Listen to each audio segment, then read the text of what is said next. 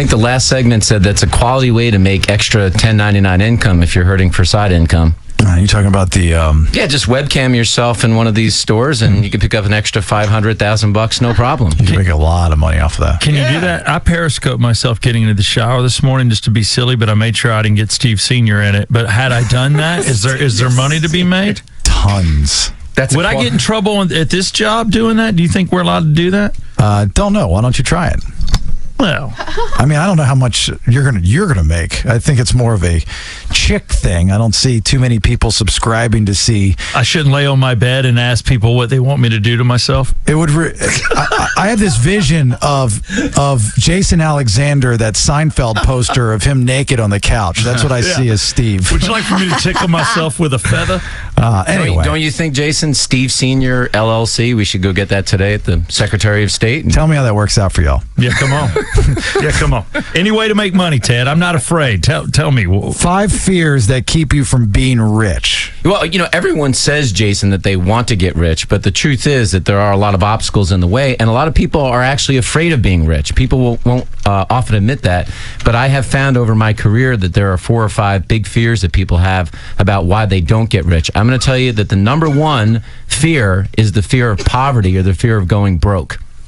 I would agree with that 110%. It's the risk-reward thing, right? Well, and it's what you think about all day. There are a lot of people that think more about going broke than they do about getting rich. And the truth is, even when people... It's very true. Jason, when people get a lot of money, because I help a lot of people and some of them have a lot of money, the more money that somebody has, the more that they fear going broke than they do getting more wealthy. But hold on. Define fearing going broke. That's almost the equivalent of being frugal and saving for a rainy day. Correct? Well, in part, people will say to themselves, this is the self-talk of going broke. I really want to be rich, Jason, but I'm worried about what my boss is going to say when I go into work, and I might lose my job. And if I lose my job, I'm probably not going to be able to pay my mortgage. I'm not going to be able to take care of my family, and I'm going to be broke. Oh, I'm thinking more or less like I don't want to invest. I have $20,000 saved up, or I have $10,000 or $5,000 or $2,000. I don't want to take that money and put it into XYZ. Sure. Yeah, you don't want to put it in the stock market because everybody, lives with that fear. Is the country going to go under? Is what happening in China going to happen to us? You're going to lose your job. So they want what they call the FU money, or just cash on hand. Grandma didn't call it the FU money. She called it the rainy day money. Well, that's better. Graham didn't talk like that. You're absolutely right, Jason. And think about the psychology behind that. When you have nothing, you really, in some sense, you can't lose anything, right? But then all of a sudden you have $20,000 in the bank, and your greatest fear is, what happens if I lose that $20, not $20,000? Yeah. Not how does $20,000 get to $40,000? So people don't often think about how to grow in leaps and bounds. They worry more about going backwards once they make something. All right, number 2. This is 5 fears that keep you from being rich. Ted, Jake, and Oxygen Financial. This is one of the biggest ones out there, is the fear of failure or getting rejected. The truth is that everybody that I've met in my career, and I've met a lot of people that have either made money, self-made, or they made it in their careers, you have to be able to go through failure and rejection to get to success. And a lot of people don't want to deal with it. If you're in sales, of course you have to get rejected. But no matter what you do, if you own a business, almost every business owner you meet will tell you they were close to not making payroll, going bankrupt, all of them. Would you agree that millennials, because you're starting to see more entrepreneurial millennials, it's because they have no fear, they have no concepts of this conversation of fearing going broke? What age is millennials again? I don't know, like a It's Zucker. not 1980 to roughly 95. Yeah. Yeah, like a Zuckerberg, Okay. like these web guys. There's no ego involved as far as like, look, if I have to live off of $20 this month, I'll live off of $20. If I have $20,000, that's fantastic. There's no ego. There's no stereotype of how they should be living or what the ideal living situation is.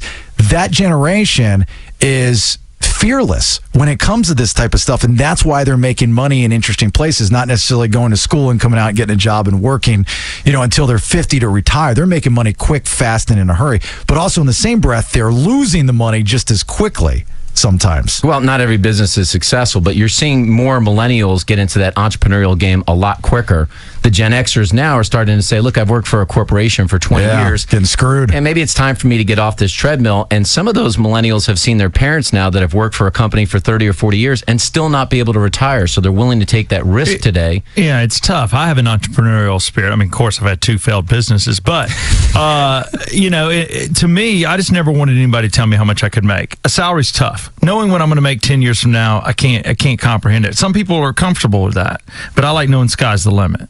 You know, I mean, to get rich, you have to be willing to take that kind of risk. So it's not necessarily a financial risk, but you have to be willing to fail. I mean, and get rid.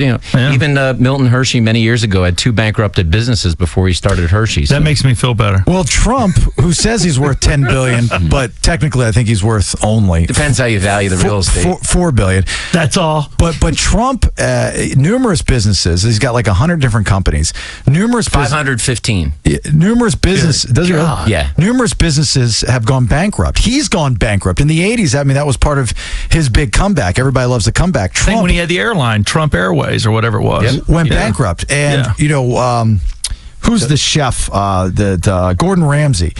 One of his shows, I'll never forget him saying this. It was on TV. He says, you cannot, and I've said this before in the program, you can't enjoy success without, experiencing failure. You have to fail.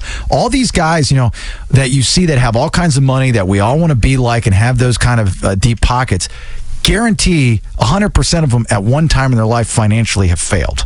You have to fail. Most CEOs have failed or been bankrupt. And Jason, even people that build their way up the corporate ladder, they fail. They don't get a promotion, or they didn't meet quota one year, or they got put on a warning plan. Right. You have to be able to continue to forge forward and think about that success and being wealthy as opposed to failing. What's another reason? Well, one of the ones that I found on here, which is interesting, is that people fear not being able to maintain the lifestyle once they get there. So there's a fear of success. It's like people that have made income one time in their career, they start getting some nice things, and then it's like, what if? What if I can't maintain this house? What if I can't take my kids on those vacations still? And so there's a great fear of even getting to that level because they don't know if they're going to be able to maintain it. If you haven't tasted that success. And it happens in sports, but it happens in money as well. God, all these things are so true. Oh, I was about to say, what? Some of this, I just know. This is therapy. I mean, this is really like you're digging into the brain right here. We're pretty good about it. This is. I think a lot of people experience all these. It doesn't matter how much you make. Whether if you're on the low end or the high end. These types of things run through more, I would say, guys' minds. Because guys it's just that mindset of having that mindset of like, I've got to take care of my family. There has to be money in the bank. What happens? What if I'm preparing for the apocalypse, but that's affecting you from making more money and maybe retiring 10 years before you were going to retire? See, I say the hell with that. Just go. Live Jason, life. Die with $13 in your checking account. The hell with your kids. This is what gets a lot of people back to saying, you know what, I would love to try that business. I would love to, tell my boss not today, but you know what, I've got bills, I've got a steady job, I'm making $70,000 a year. I don't want to ruffle anyone's feathers. And then when you can't get rich that way. And then when you're out of a job, which would be the perfect time to do one of these types of things, you tighten up even more because you don't know where your next paycheck's coming from. You start freaking, you hold on too tight. That's why you got to hold on loosely. Yes, thank you, Mr. I just thought I would mention that. Give me another one. What are we on? Is 4? That classic rock there? Yeah, you're damn right. That's what I've heard today. It's classic rock. Are we on 4? Yeah, 4 is the fear of ill health. A lot of people get worried about their health, and it actually stops them or prevents them from getting rich. Bailey's eyesight's failing and his knees hurt. Just thought I'd mention that. Steve's hand shakes and his fawn is the size of a dinosaur. That's huge. All right, give us the 5th one. And the last one on here, Jason, by far, outside of people being afraid to fail, people feel getting criticized. If you look at all wealthy people, find someone who's wealthy, they have this attitude, whether it's arrogant or not, that they don't worry about being criticized. And, you guys talked about Apple today and big companies like that. All of those folks, as they've grown their companies or they grow their career, you can't be afraid about what people say about you. Because you know what? They're going to talk about you behind your back anyway. That's just what people do. They get in the room and they talk about you behind your back. So you have to be able to have a skin that's sort of Teflon and be able to deal with that. And the rich people, they get, pounded at. So you got to be able to be willing to deal with it. Especially Tim Cook. Oh, yeah. He gets pounded all the time. Ted, I want to let you know With my pencil. you're with Oxygen Financial and you make great moves. I've never talked bad about you. I've never pounded you. Well, that's fine. Thank you. So I'll let you know that. All right, how can people find you, Ted? Hey, if you want to figure out how to potentially get rich and figure out what you need to do to get yourself on track, go to oxygenfinancial.net and we can help you out. I know some girls that want to pound you. Well, that's good. You're a beautiful man. I'm a married man. Yes, I'd like to mention that. Happily married man. Happily married man. But you want people to be attracted to you. All right, thank you, Ted. Appreciate you.